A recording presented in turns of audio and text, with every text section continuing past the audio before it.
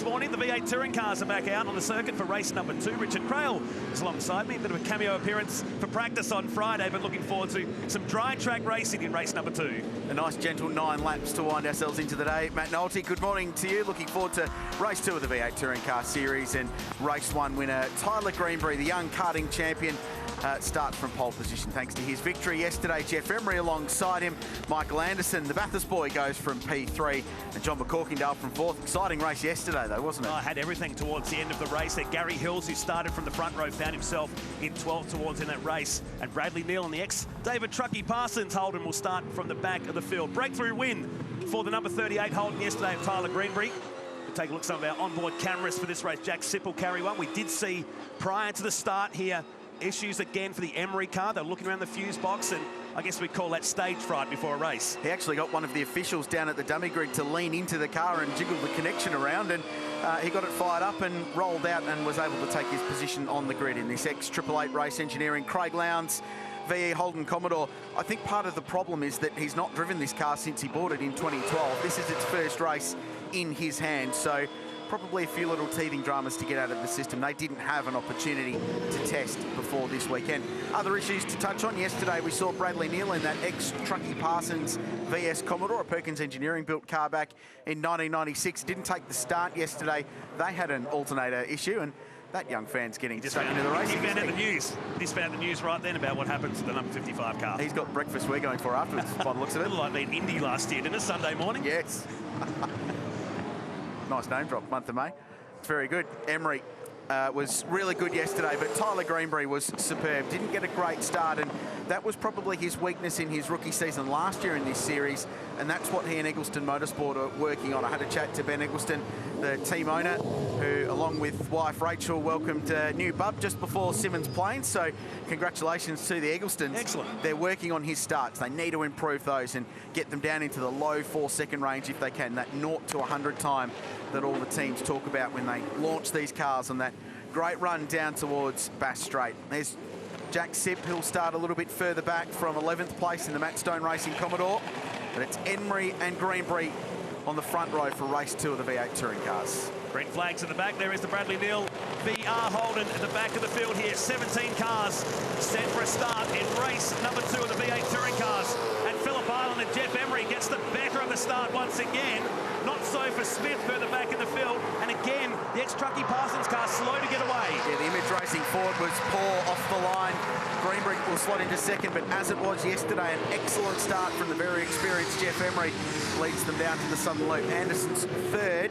Good start. Jack Smith in the Brad Jones Racing. That red VE Commodore goes to P4.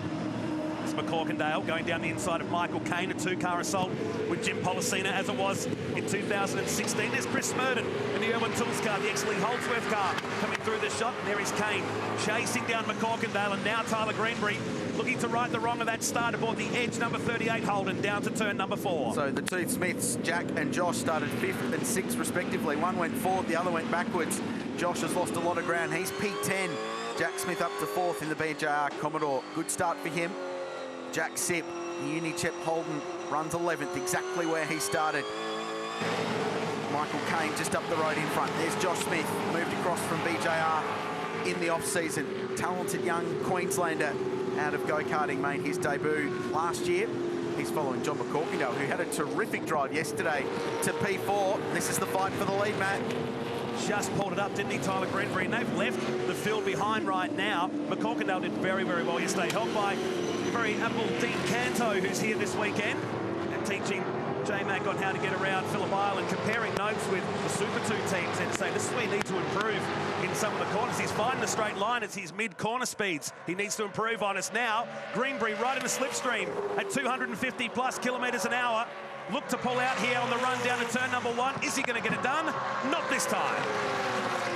Emery holds on. You and I bumped into Dino last night. He was pretty up and about after his driver's very good performance. It's a great opening lap from Greenbury, applying the pressure, and Emery now a little bit wide at turn 2. That'll allow Tyler to get up the inside and grab the lead on the run down the hill towards turn 3 and 4. So chain to the lead, and the race 1 winner moves to the front. Just left him, didn't he? Emery, bit of work to do now as he tightened the belts aboard the ex-Lowndes car, and now Jack Smith pulls out for a pass The man who started from pole position yesterday now runs off the circuit. Michael Anderson will lose at least 2 spots, probably 3. By the time Policina just gives him a bit of a hurry up on the exit down there at turn 4. Bit of a hurry up. Fair whack in the rear bumper bar, I think, the Kenwood Homes Ford coming out of turn 4. Policina had nowhere to go but drive into the back of the Ford. So Michael Anderson was on pole, that brilliant qualifying session in drying conditions, timed his run on slick tyres to perfection and scored his first pole position, and yesterday his first podium in race 1. Here's a look at the start. So Greenbury went nowhere. Watch for Josh Smith as well, standing still. And nice job from Jordan Boyes, his young teammate, the Formula Ford graduate, to dive out of the way. Watch the White Falcon, middle of shot. Good start. Line of a start for car 49. The many rookies in the field. This is from Jack Sips, Unichip Holden. Oh, he got some wheel spin. So too did Policina in front. So correction, that was Michael Caine in the second of those 2 ex-Tasman Motorsport VE Commodores. So much heritage in this field. And this is down at turn 2, so Jack Sipp been in the thick of the action in this race, and he has no drive, but the reason is Chris Smurden having a wild old moment. Got over the curb and spun the Irwin Tools Falcon on the exit of Southern Loop, so it was all happening in the opening couple of laps here. Lap 3 of 9. Watch this battle between Smith and Jordan Boyes. Very impressive out of Formula Ford and into the Terry Waihoon team for season 2017. And Jack Smith doing double duties this week. It is now Boyes muscles his way to the inside. Don't think he's going to pull this car up, though. No, I don't think he got it stopped, and Smith might be on to get the over-under. He is, and retakes the spot. So it's the fight for third, and Boyes now discovering that the V8's got a bit more horsepower than his Formula Ford, because he tried to put it all to the ground at once coming out of 4, and he's lost a spot to his teammate. Josh Smith goes through and grabs the spot. Gee, Jordan's been really impressive. They tested here with Image Racing a week and a half ago, and unfortunately had a drama coming out of the final corner and ended up parked in the tyre bundle, Murph's Wall, with that big crash many years ago. Lots of damage to the front of the car. It was the last thing that the little budget racer needed, but they were able to put it back together on the racetrack for his first round. So he's 5th. Just need to rebound from that incident half a lap ago. As we saw yesterday, the 2 Smiths joined at the hip here, running 3rd and 4th. Greenbury's about to reset the fastest lap of the race. It was a 1:34.14 last time by. The gap is 2.3 seconds as they start lap 4. Let's go down to pit lane with Cameron Vanderducken. Yeah, guys, yesterday Jeff Emery had that fuse issue on the way to the grid. I saw him doing his belts before and spoke to the team. They said, oh, we've taped 3 new fuses in there with him in case it happens again. So hopefully he doesn't have to do any running repairs whilst out on track. Worse than to do that on the racetrack, is it? Yeah, Cam, I think that's what happened on the dummy grid as they were going out. I think they might have put a new fuse in it. Saw them leaning into the back of that car. This is Warren Millett, ex-Mark Scaife HRT Commodore, now in Wake Up Backpackers livery. Just a bit of a slide down into MG. Like it's had a bit of a touch-up in the livery as well since we last saw it out. Here's the Troy Stapleton car, dating back to 1997, ex-Dick Johnson car. This car finished 2nd in the Super Cheap Auto Bathurst 1000 in 96. Stayed with the DJR team for a couple of seasons after that, and Troy's a really enthusiastic competitor. Was out on the sponsorship hunt and said, look, we're happy to get partners on board to help our racing, but we're not changing the livery. We're going to keep it in this Shell livery from 97. It's still got the Bathurst 1000 event sticker above the number on the side.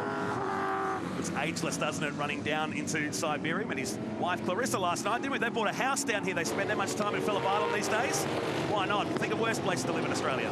And around the outside, speaking of big moves, that was Jim Policina looking to put one on Michael Anderson, who was very defensive. Policina tried to send it around the outside, didn't pay off. This is a really good 4-car scrap. So it's 6th, 7th, 8th and 9th with Michael Caine, the production car racer, who jumped into the series last year with his good mate Jim Policina. And that 2-car team looked after by Dean Lilly in the Ravage Raceworks operation. So Anderson under a bit of pressure here. Policina looks fast. He won the Privateers Cup in this series last year. Really experienced guy. Production car race winner. He's been running in this championship for a couple of years. He had another ex-Tasman car, a VZ Commodore, that he was pretty famous for making very good starts in. Went from 8th to 1st at Sydney Motorsport Park in the space of about 200 metres. One race start a couple of years ago. He's known for his starts, that's for sure. Through the sweeper he goes. So the Corkindale in between the 2 teammates on the run down to turn number 4. Halfway home, race 2 of the V8 touring cars. Another one to finish off the day here at the WD-40 Phillip Island 500. Overcast conditions, but certainly dry at this point. Greenbury's margin now out to 5.4 seconds to Jeff Emery. Here's Jeff down at turn 4. Flames puffing from the exhaust of that ex-888 Racing VE Commodore, and Jeff just enjoying himself a little bit. So he's been racing Australian GT. We'll see him at the next round of their championship over in the West in a couple of weeks' time, but decided he'd like to exchange the mid-mount V10 traction control and ABS of the Audi R8 that he usually races for 650 odd horsepower supercar. I think he's enjoying it, don't you? How I remember it. Yeah, absolutely. Feeling his way, and I think he'll be pretty happy with P2. He said, kind of jokingly before the weekend, I'm just going to work my way into it. Then he elbowed me and said, have you ever known me to work my way into a race? It's not his style. It's like an on-off switch for Jeff Emery. He's got a good margin back to this battle pack of Josh Smith, Jack Smith and Jordan Boys. On his debut in the category, chasing down the SCT Logistics Holden of Jack Smith. And if you think that red Commodore looks familiar, it is an identical livery to the Brad Jones Racing Holden he drives in the Dunlop Super 2 Series.